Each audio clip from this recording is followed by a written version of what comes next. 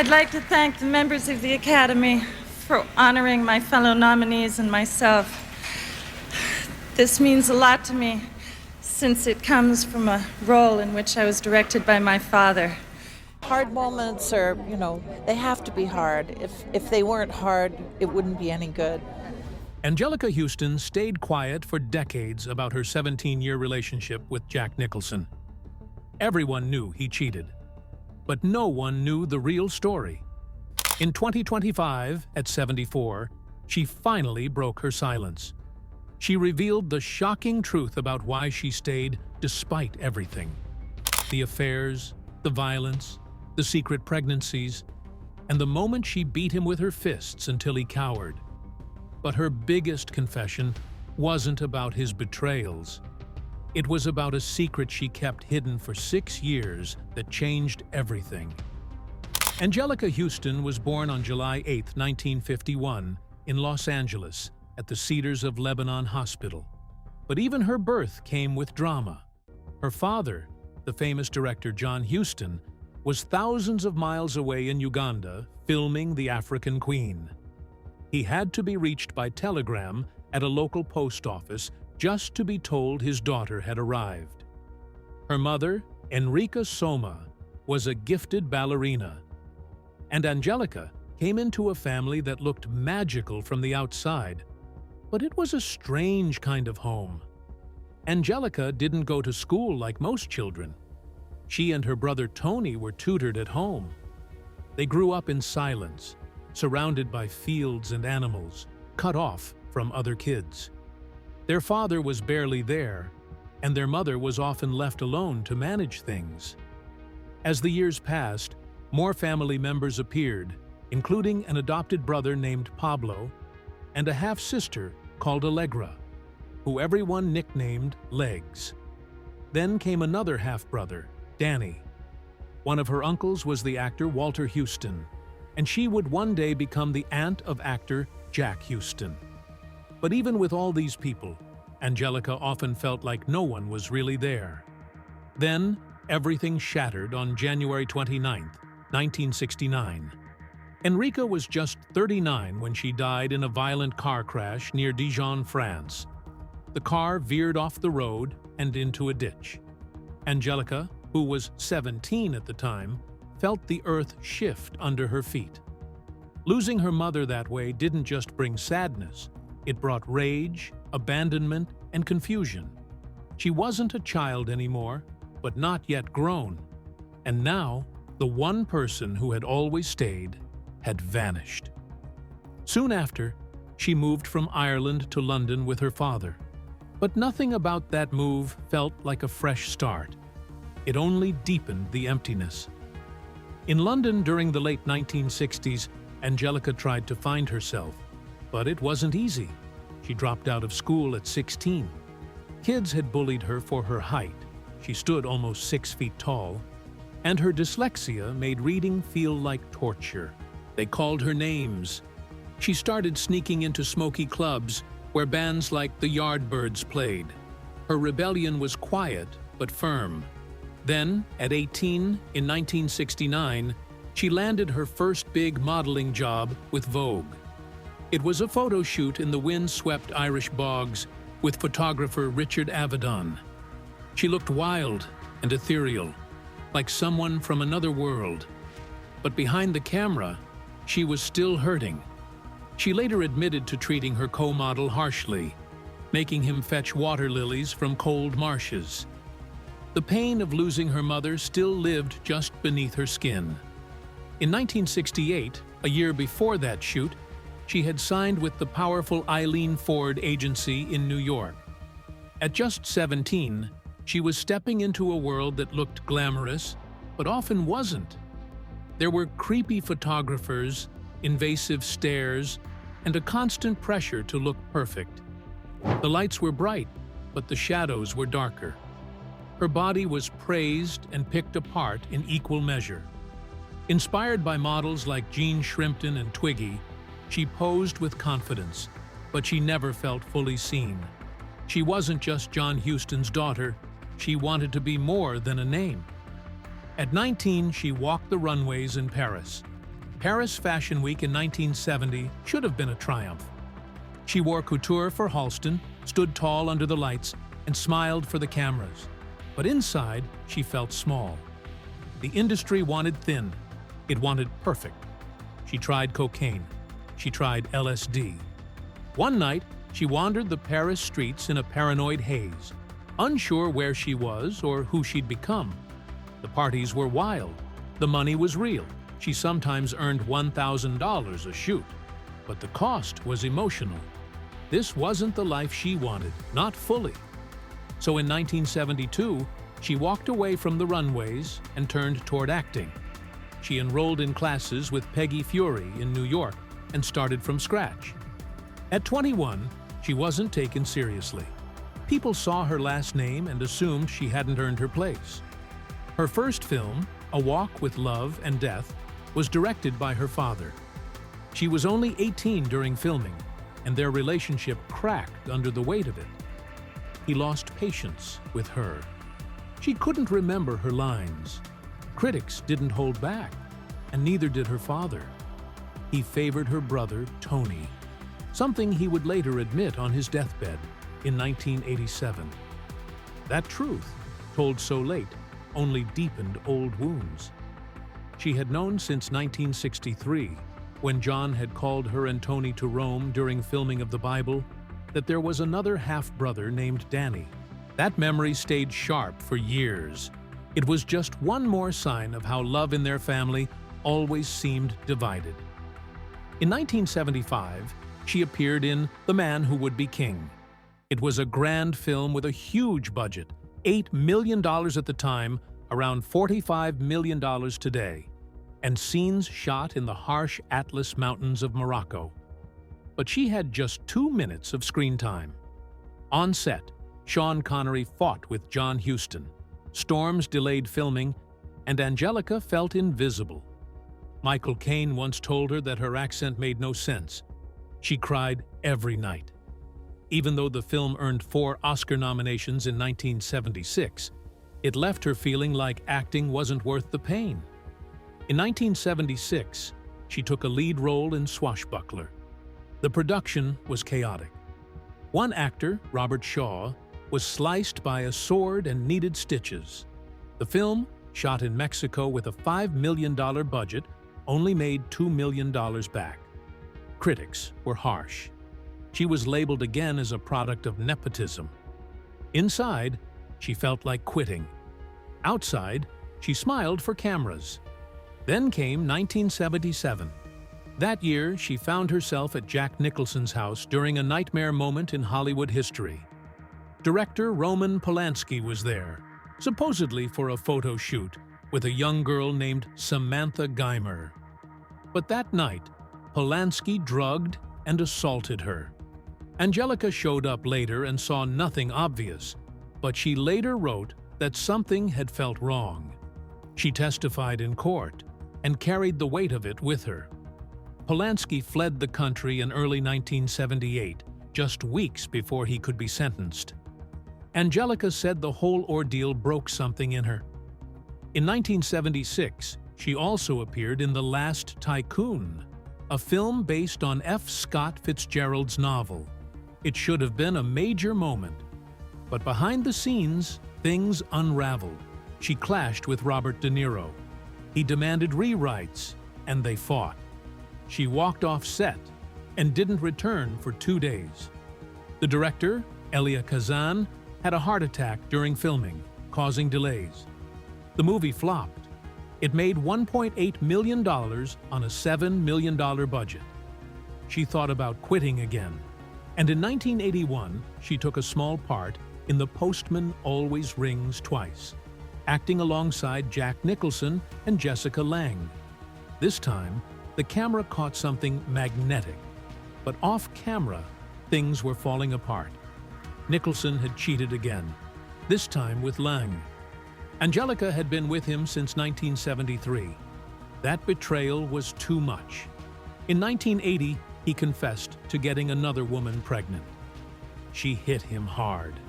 The tabloids had a field day. The movie, though, earned $44 million and brought her some praise.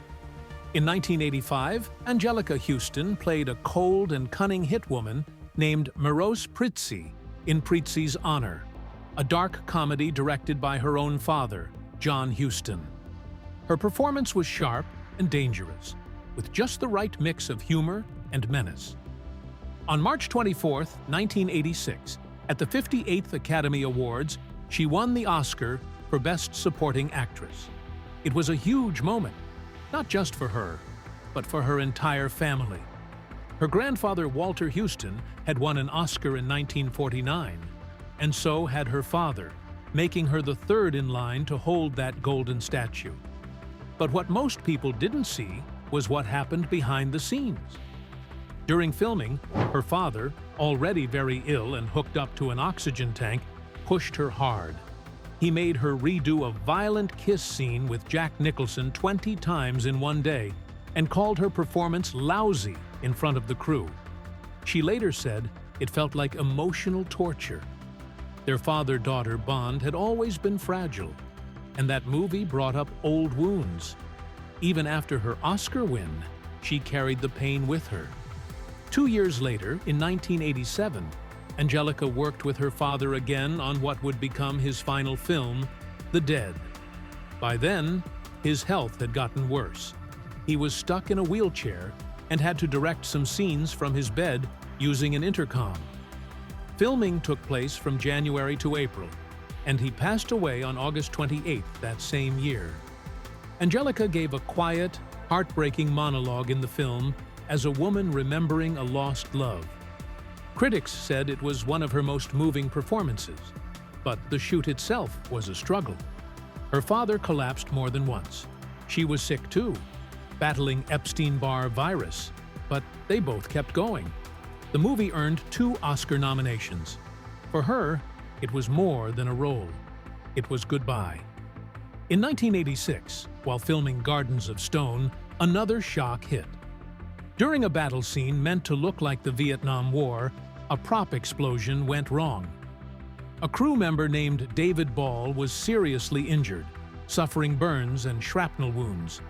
Anjelica was there when it happened.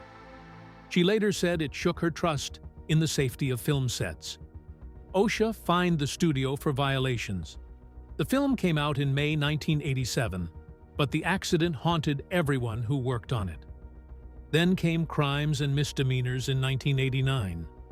In that film, she played a woman betrayed by the man she loved. But it wasn't just acting. She felt deeply uncomfortable during filming. Director Woody Allen didn't allow rehearsals and only gave one take for emotional scenes. She said it made her feel exposed and nervous. Some scenes were so intense, she felt isolated and vulnerable. And years later, when Allen faced controversies, she looked back on that experience with unease, questioning the whole process. One of her most iconic roles came in 1991, when she played Morticia Addams in The Addams Family. But playing Morticia wasn't as effortless as it looked. She wore a metal corset so tight it gave her headaches and stopped her from lying down between takes. Lights were beamed into her eyes in every scene, and her skin was pulled with tape to create a haunting look. By the end of filming, she was so worn out that she burned the entire costume in a bonfire. Still, the film became a massive success, earning over $191 million. She was even nominated for a Golden Globe. She returned in 1993 for Addams Family Values. During one scene, she burned a dollhouse on stage, and that moment was all her idea. It came from her own childhood frustrations with being forced to fit in.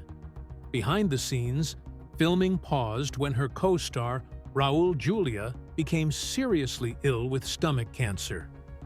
He died the next year. The film didn't earn as much as the first one, but over time it became a cult favorite. Anjelica had to wear the same painful corset and bright lights again. But her performance turned Morticia into a legend.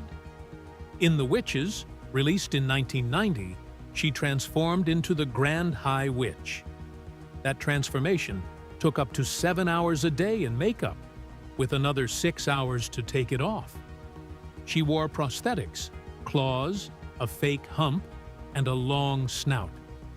The lights were so hot, she nearly fainted while filming the witch conference scene. Meanwhile, author Roald Dahl was furious about the film's happy ending. He even threatened to remove his name from the credits before he died in November 1990. Years later, the makeup in the 2020 remake sparked controversy for how it portrayed limb differences, but Huston's version still stands as the most iconic. In 1995's The Crossing Guard, she acted opposite Jack Nicholson, her former partner of 17 years. Their real-life breakup had been painful. He had cheated and fathered a child with another woman. That raw pain spilled onto the screen. In one scene, she slapped him without warning. She later admitted the anger was real. The story was about grief and revenge, and it mirrored their own unresolved past. Though it didn't make much money, it earned strong reviews and showed just how deep Anjelica could go. By 1998, she played the evil stepmother in Ever After, a Cinderella story. During a riding scene, she fell and hurt her back, but kept going. The story gave a feminist twist to the old fairy tale, and Anjelica loved that. Her character was cruel, but also complex. She later said the role helped show how even villains can teach hard lessons. The film earned nearly $100 million and became a beloved favorite.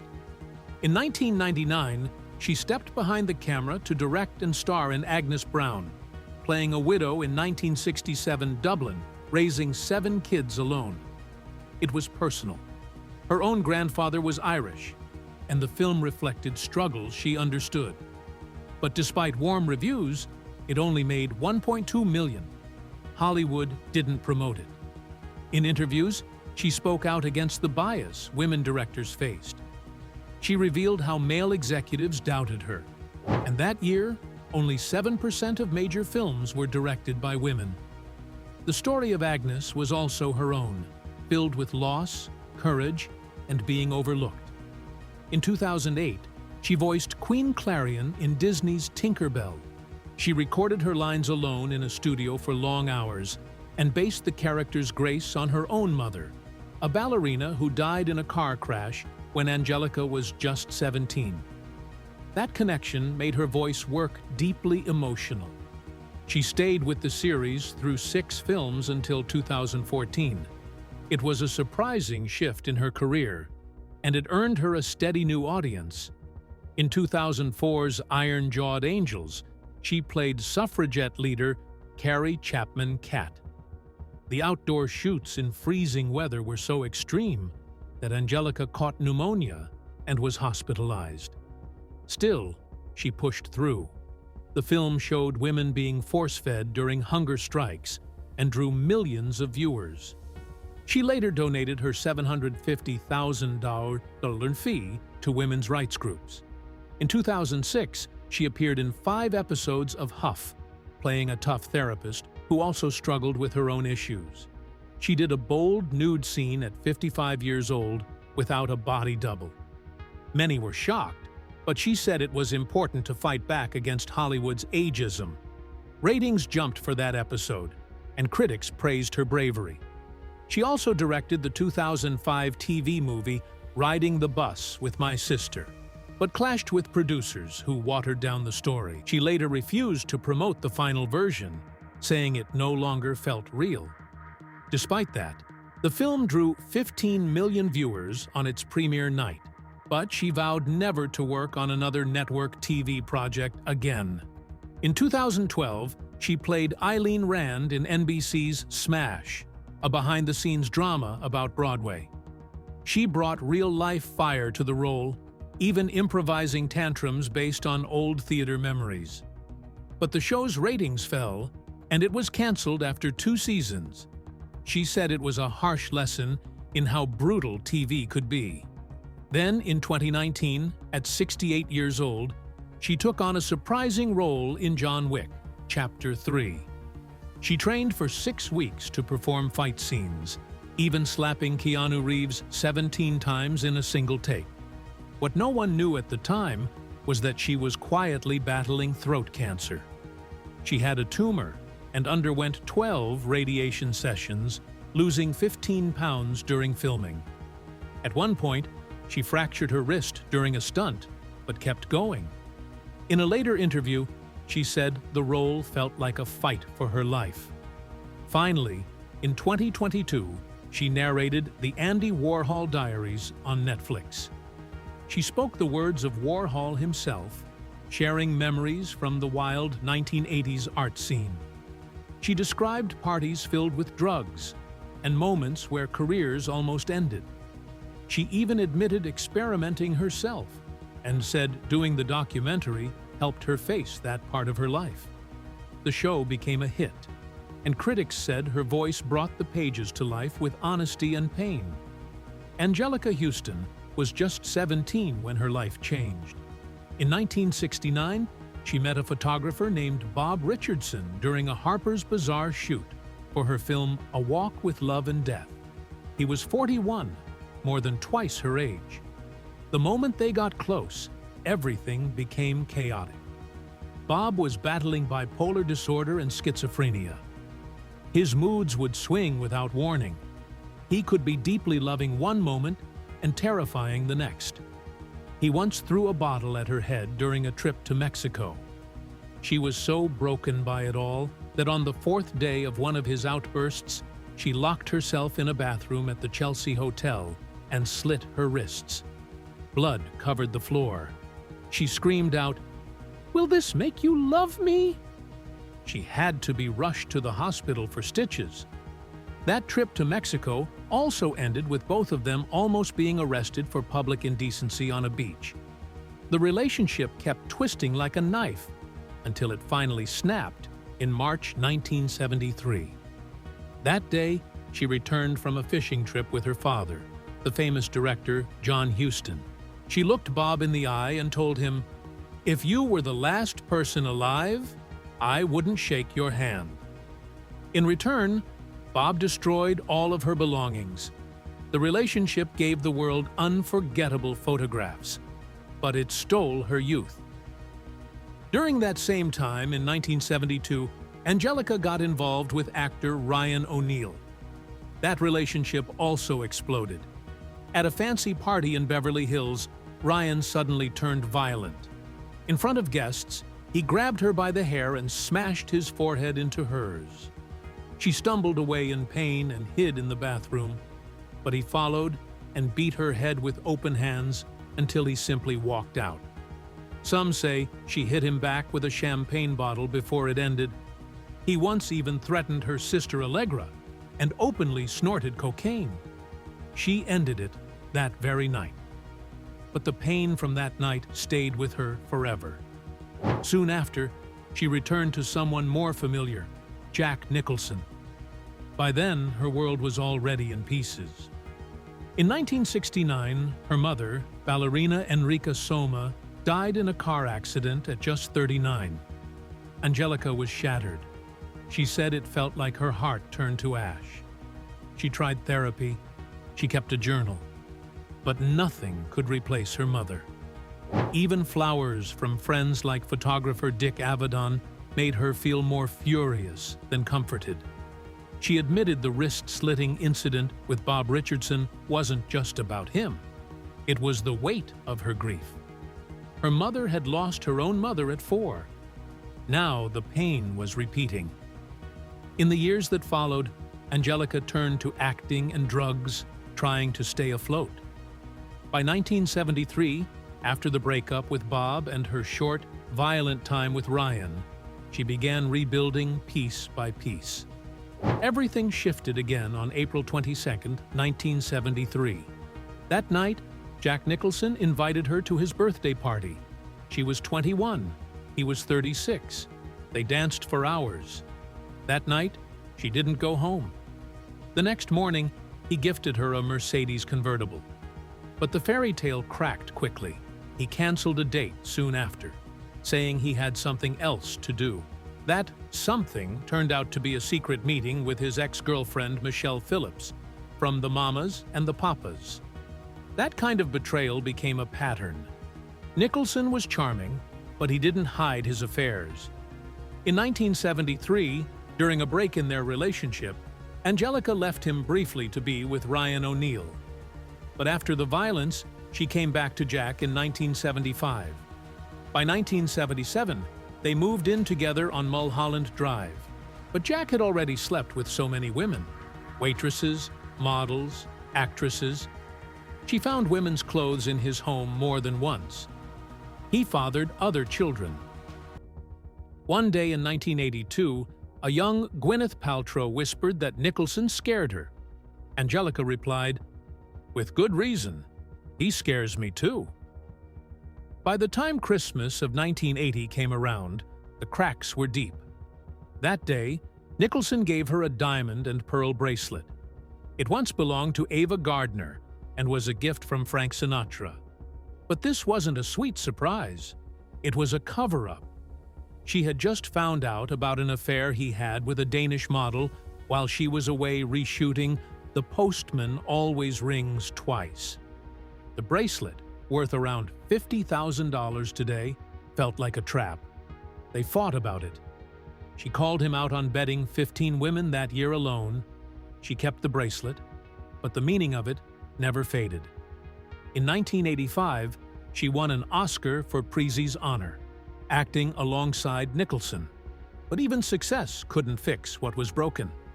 That same year, he proposed for the third time. The first was in 1975, then again in 1980, and now once more. But she turned him down each time. By 1988, during rehearsals for The Grifters, Jack had another affair. Then came the final blow. In December 1989, they were having dinner when Jack looked at her and said that his new girlfriend, 26-year-old Rebecca Broussard, was pregnant. Anjelica snapped. She stormed into his office and beat him with her fists, again and again, until he cowered. He tried to joke about it later, but the pain was real. Nicholson already had a daughter from 1963. Now, he was going to have two more, Lorraine in 1990 and Ray in 1992. Huston moved out the next month, in January 1990. She had found out about the pregnancy not from Jack, but from a Playboy article. Years later, she admitted that hitting him felt good. It was the only time she got to release the pain of all those years and all those women. Still, they remained strangely close. And when wildfires swept across California in 2025, it was Jack who called her first. On January 7, 2025, the wildfires burned over 6,500 structures across Los Angeles. Huston had to flee her ranch in the Sierra Nevada with her dogs, cats, and housekeeper. Her home almost didn't survive. Power and water were still out weeks later. That's when Jack Nicholson, now 87, offered his home to her. She was 73. She said it was heartbreakingly sweet. It reminded her that even after all the pain, their bond had never truly disappeared. Around that time in February 2025, Anjelica did something else that shocked everyone. She finally admitted why she stayed with Jack for 17 years, despite everything. "I loved him," she said. She never thought his cheating was personal. It was just how he was. She learned to protect herself. She said being in Hollywood meant you had to be tough. And even when he fathered a child with another woman in 1990, she never hated him. She said their friendship still mattered.